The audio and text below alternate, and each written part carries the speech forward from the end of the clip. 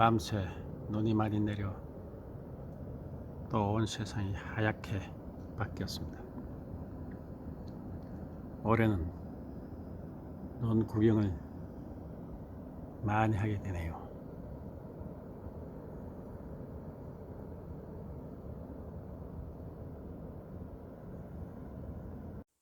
안녕하십니까. 서남 주정명입니다.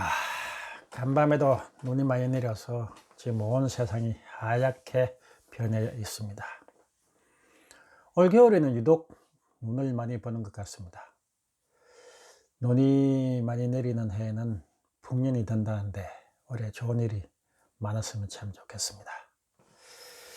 지난 시간까지 몇 차례 걸쳐서 우리나라 고대 국가의 건국 역사에 대해서 쭉 살펴보았습니다. 이 건국 역사들을 쭉 살펴보다 보면 몇 가지 공통점이 있는 듯 해서 오늘은 그 공통점에 대해서 한번 살펴보는 시간을 갖도록 하겠습니다. 첫째는 천강신화입니다. 천강, 하늘에서 내려왔다는 것이죠. 환단고기에는 그 배달국의 역사로 나오지만 삼국유사에는 단군조선의 신화로 나오는 단군으로부터 부여의 해모수, 중홍의 고구려, 신라의 박혁거세, 가야의 김수로왕 등 거의 모든 이야기가 그 주인공들은 하늘에서 내려오든가 그렇지 않으면 하늘의 아들이라고 이야기하고 있습니다. 그만큼 이제 하늘에 대한 숭배 사상을 우리가 알 수 있겠죠. 그 다음으로 우리가 살펴볼 수 있는 것은 바로 난생신화입니다. 아래서 태어난 사람들이 왕이 되고 있죠. 고주몽의 신화, 박혁거세의 신화, 김수로왕의 신화 등이 대표적입니다. 이 천강신화와 그 난생신화를 합쳐보면 여러분은 어떻게 생각이 드십니까? 저는 이렇게 생각해 보았습니다. 바로 외계인이 우주선을 타고 이 지상으로 내려왔다. 특히 신라의 박혁거세 편에 보면 번갯불과 같은 기운이 있었고 라는 대목이 나오고요. 가야 김수로왕은 자줏빛 새끼줄이 하늘에서 내려왔다라고 표시되어 있습니다. 이런 그 징후는 바로 하늘에서 우주선이 내려온 징후와 똑같다고 볼 수 있습니다.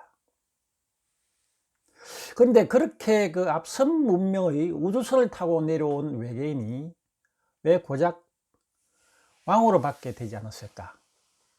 왜 오늘날과 같은 문명의 시대를 만들지 못했을까라는 의문을 가지게 될 것입니다.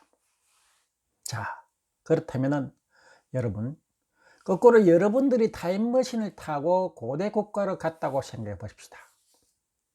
여러분 컴퓨터도 알고 있고 그 다음에 여러분이 자주 애용하시는 핸드폰도 알고 있습니다. 하지만 고대 국가에 가서 컴퓨터를 만들 수 있을까요? 핸드폰을 만들 수 있을까요? 할 수가 없습니다. 설사 현세에서 핸드폰을 만들던 기술자가 고대에 갔다 하더라도 전혀 인프라가 조성되어 있지 않기 때문에, 심지어는 전기조차 없기 때문에 핸드폰을 만들 수는 없는 거죠.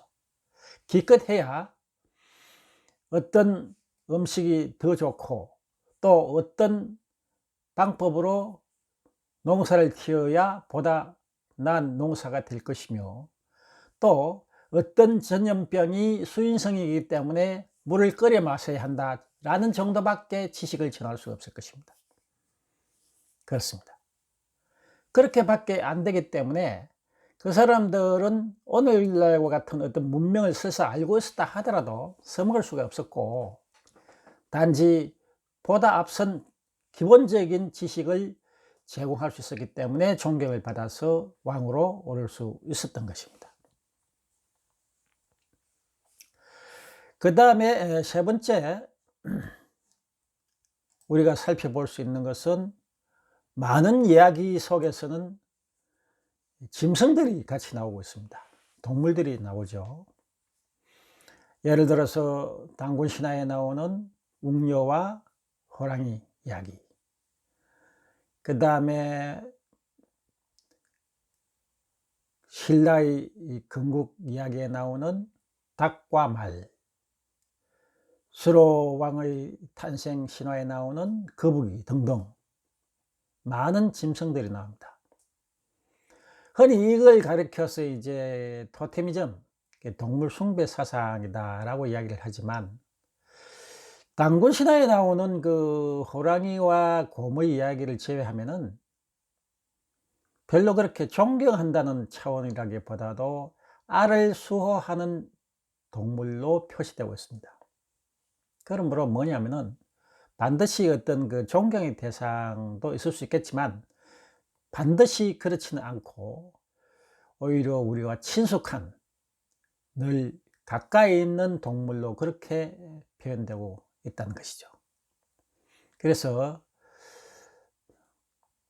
우리들은 옛날부터 이미 많은 동물을 가축화해서 아주 가까이에서 함께 생활하고 있다라고 보여지고요. 또 마지막 네 번째로는 우리가 상상하는 그 이상으로 많은 교류나 이동이 있었던 것을 알 수 있습니다. 특히 대표적인 게 뭐냐면은 김수로 왕의 왕비인 허황옥이 인도 아유타국에서 배를 타고 김해까지 왔다는 것이죠. 그 결과 그 인도에서 갖고 온 철기 기술이 있어서 가야는 그 고분곤의 출토에 곳곳에 보면 찬란한 철기 문화를 엿볼 수가 있습니다. 그뿐만 아니라 만주벌판을 통과해서 압록강 지역으로 내려왔던 고주몽의 어떤 나라 건국, 백제 역시도 고구려에서 또 빠져나와서 한강 근처까지 내려와서 백제를 만들고 있고요. 또 신라나 가야 같은 경우에는 신라가 만들어지기 이미 이전에 육촌이 있었고 가야에는 구간이 있었다고 합니다. 이것은 무슨 이야기냐면 고조선이 망하고 나서 그 고조선 유민들이 이 남쪽으로 내려와 마한, 변한, 진한이라고 불리워진 불악국가를 이루고 있었고, 그 뒤 박혁거세나 김수로왕 등 구심점이 만들어지면서 부족 국가로 발전하게 되는 모습을 보이고 있는 것입니다. 최인호의 소설 제4의 제국에 보면요, 고구려와 신라의 연합군에 패망한 가야의 유민 수십만 명이 일본으로 건너가서 일본을 정벌해서 천황이 되고 있는 모습도 표현되고 있습니다. 그래서 우리가 생각하는 그 훨씬 이상으로 많은 민족의 이동이나 교류가 있다는 것을 알 수가 있는데, 그렇다면 왜 그랬을까요? 제 생각에는 우선에 자연의 위협이나 타민족, 이민족의 침입 때문에 부단하게 한 곳에 머물러 있을 수는 없이 이동하고 또 개척을 해서 살아야만 했던 당시 백성들의 고단함이 있었지 않은가.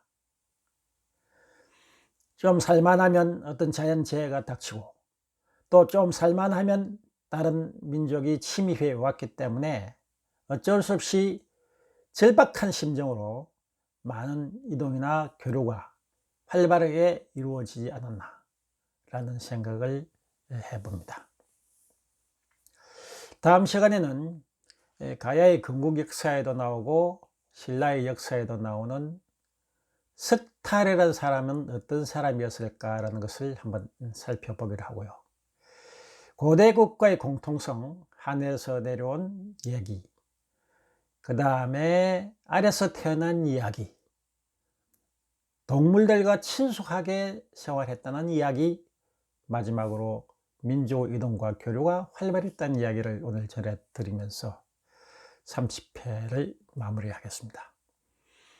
좋아요와 구독은 저에게 아주 힘을 주시는 고마운 배려입니다.